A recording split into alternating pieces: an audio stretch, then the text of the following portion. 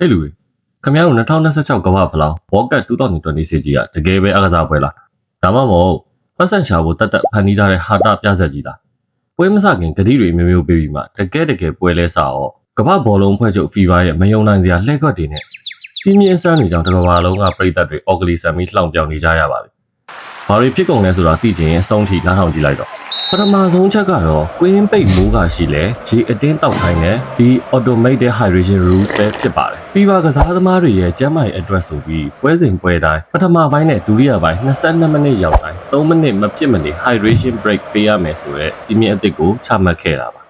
။အရင်ပြိုင်ပွဲတွေတုန်းကတော့ရာသီဥတုအရန်ပူမှသာဒီ hydration break ကိုပေးတာဖြစ်ပေမဲ့အခု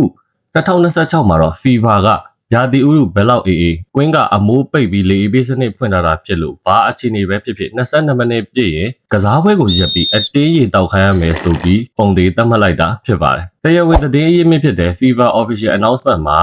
Chief Tournament Officer ဖြစ်သူ Manolo Zubiria ကိုတိုင်ရာသီဥတုဘလို့ပဲဖြစ်ဖြစ်အမိုးပပမပပပွဲတိုင်းမှာ3မိနစ် hydration break ပါဝင်မှာဖြစ်ပါတယ်လို့တရားဝင်ကြေညာတာဖြစ်ပါတယ်။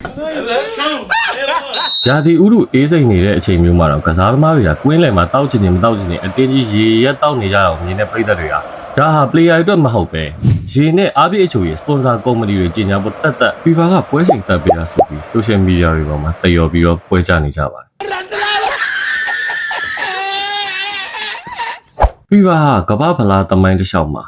ပထမဆုံးအချိန်ဖြစ်တမန်မြင့်တက်လာရင်လက်မှတ်ဈေးအလိုလျောက်စမတန်ခုန်တက်သွားမယ် Dynamic Pricing Model ကိုတရားဝင်အစတင်အသုံးပြုခဲ့တာဖြစ်ပါတယ်။ရည်ရတာကကမ္ဘာဖလားမစခင်2028အင်ရှင်အဖြစ်လျှောက်ထားစဉ် Final ပွဲစဉ်ရဲ့အမြင့်ဆုံးလက်မှတ်ဈေးနှုန်းကို$1550သာတတ်မှတ်မယ်လို့ FIFA ကကတိပေးခဲ့ပေမဲ့လက်ရှိ Final ပွဲစဉ်နဲ့အုပ်စုတွင်ပွဲကြီးပွဲကောင်းတွေရဲ့လက်မှတ်ဈေးနှုန်းကတရားဝင် platform မှာ$9000ကျော်ကနေ$1000ကျော်အထိအစမတန်မြင့်တက်သွားခဲ့တာပါ No God No God please no noဘောလုံးပွဲဟာစင်းရဲသားတွေအတွက်အားကစားပါလို့ကြွေးကြော်လေးရှိတဲ့ FIFA ကအခုတော့အခြေခံလူဒန်းသားတွေလုံးဝလက်လန်းမမီနိုင်တဲ့စီးပွားရေးဆန်လွန်တဲ့လှည့်ကွက်ကိုတောင်းလိုက်တာဖြစ်လို့ American ပြည်နယ်ရှိနေချုပ်အချို့ရဲ့တရားဝင်စုံစမ်းစစ်ဆေးခြင်းကိုပါခံနေရတာဖြစ်ပါတယ်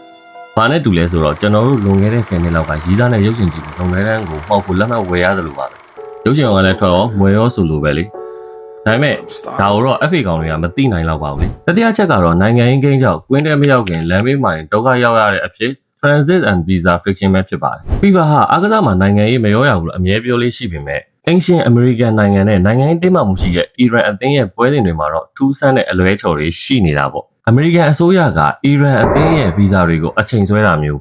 အုပ်ချုပ်သူအဖွဲ့ဝင်တွေ Visa တွေကိုပယ်ချတာတွေမျိုးရှိသလိုပြည်သက်တွေအတွက်ကားပတ်ကင်ကနေကွင်းထဲကိုရောက်ဖို့3မိုင်ကနေ4မိုင်အထိနေပူတဲ့လမ်းလျှောက်ရတဲ့အခြေအနေတွေဖြစ်ပေါ်နေတာပါJapan Global World Cup Travel Guide နဲ့ American သတင်းဌာနတွေရဲ့တည်ယူပို့ဆောင်ရေးဝေဖန်ချက်တွေအရ Dallas ကနေ AT&T Stadium လို American အားကစားကွင်းကြီးတွေကဥရောပလိုအများပြည်သူသုံးလို့ရတဲ့ရထားလိုင်း Public Transit တွေနဲ့တိုက်ရိုက်ချိတ်ဆက်မထားပဲကားပါကင်အကျယ်ကြီးတွေပဲရှိတာကြောင့်နိုင်ငံတကာကလာတဲ့ပြည်သက်တွေဟာဘောလုံးပွဲမကြည့်ရသေးခင်မှာပဲခြေကုံလက်ပန်းကျလို့ဒီပွဲကိုကမ္ဘာလမ်းလျှောက်ပြိုင်ပွဲ World Walking Tournament လို့ social media ပေါ်မှာဟာသားလို့နောက်ပြောင်နေကြရတာပါဒါကတော့2026ကမ္ဘာဖလားရဲ့မယုံနိုင်စရာအလွဲချော်တွေပဲဖြစ်ပါတယ်ဒီလိုမျိုးအကြောင်းအရာတွေကိုစိတ်ဝင်စားရင် Beyond Truth ကိုအခုပဲ subscribe လုပ်ထားလိုက်တော့နော်